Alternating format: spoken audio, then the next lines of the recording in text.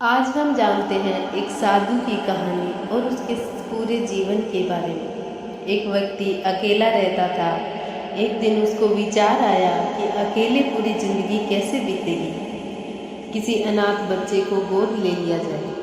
अगले दिन वह सुबह उठा और सीधे एक अनाथालय पहुंच गया।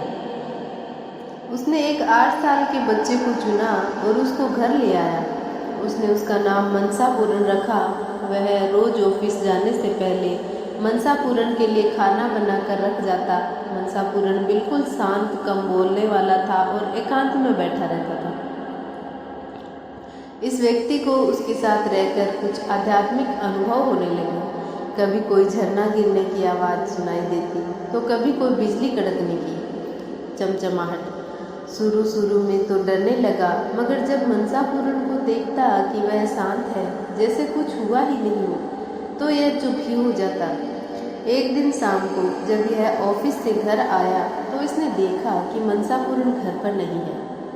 इसने सारे घर में देखा, घर के बाहर चारों तरफ देखा, आवाज़ें लगाई, मगर मनसापूरन कभी नहीं मिला। यह परेशान हो गया और उस रात बिना खाए पिए ही सो गया।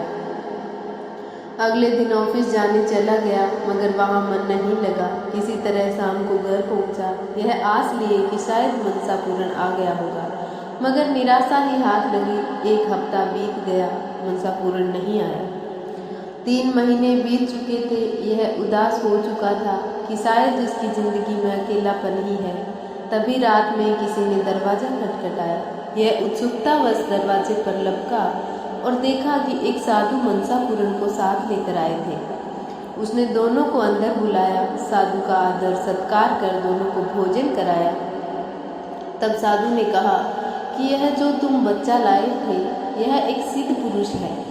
जब हमें अंतर्दृष्टि से यह अनुभव हुआ, तब एक आप इनका यहाँ ला चुके थे।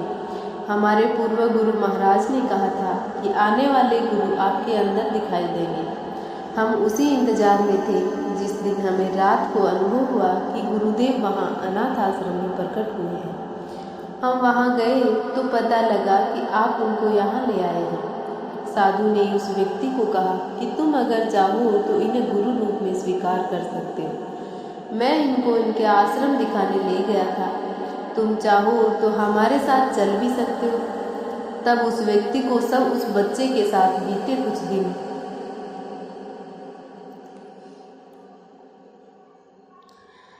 कुछ दिन याद आए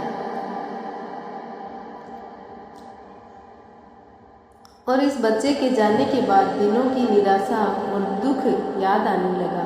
और जैसे ही उसने मनसापूरन की तरफ देखा, उसे अपार ऊर्जा का अनुभव होने लगा जो उसके मस्तक पर चमक रही थी। उसने तुरंत मनसापूरन को गुरु रूप में स्वीकार कर लिया और उनके चरण छुए, दीक्षा ली और फिर वह तीनों आश्रम के लिए चल पड़े। जिंदगी में कब बदलाव आ जाए कोई नहीं जानता। अपनी जिंदगी को साफ सुथरा रखना चाहिए। किसी भी समय आपके ऊपर किसी बुद्ध पुरुष की कृपा हो सकती है और पूरा जीवन बदल जाता है। Thank you watching for video.